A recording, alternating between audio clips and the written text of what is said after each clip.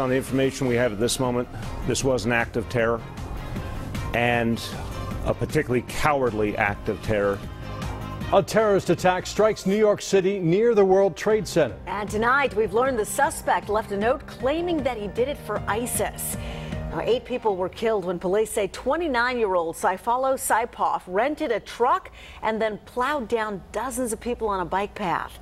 It happened a little after 3 o'clock this afternoon in Lower Manhattan, just a couple of blocks away from the World Trade Center. And tonight we have new information about the suspect. Authorities say Saipov moved to the U.S. in 2010 from Uzbekistan. He reportedly has an apartment in Tampa, Florida, and has a Florida driver's license. Well, police believe he may have been staying in New Jersey. Authorities say he rented the truck from a Home Depot in Jersey City just about an hour before the attack. Police say Saipov also yelled Allahu Akbar at the scene and left a note behind pledging support to ISIS.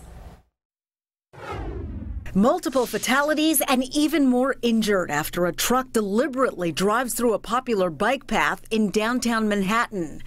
Witnesses saying they first saw the truck plow through pedestrians and cyclists near the World Trade Center Memorial before eventually crashing into a school bus. He did have a noticeable limp as he was getting out of his car. He did look like he was dragging his foot a little bit, and he was screaming in the street. He looked frustrated, panicked, confused. That suspect shot and apprehended by New York City police, who say he was carrying an imitation firearm. According to police, he traveled nearly 8 blocks in the truck and was yelling Allahu Akbar when he exited the vehicle. Students from a nearby school describing the horrific scene. It surprised us because, you usually never see something like this happening around here, especially around here. So, we just looked outside the window and they were just laying there, dead. We know that this action was intended to break our spirit.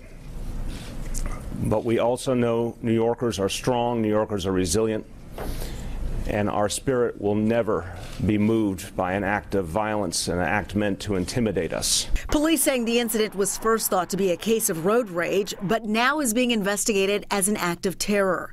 President Trump has been briefed on the situation by Chief of Staff John Kelly and will be updated as more details emerge.